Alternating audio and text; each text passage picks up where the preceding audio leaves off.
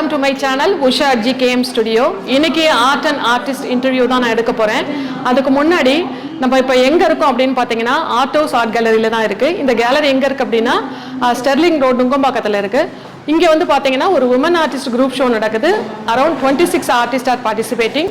இதில் பார்த்தீங்க அப்படின்னா ஒரு 60 பெயிண்டிங்ஸ் இருக்குது எல்லா ஸ்டைல்லையும் இருக்குது.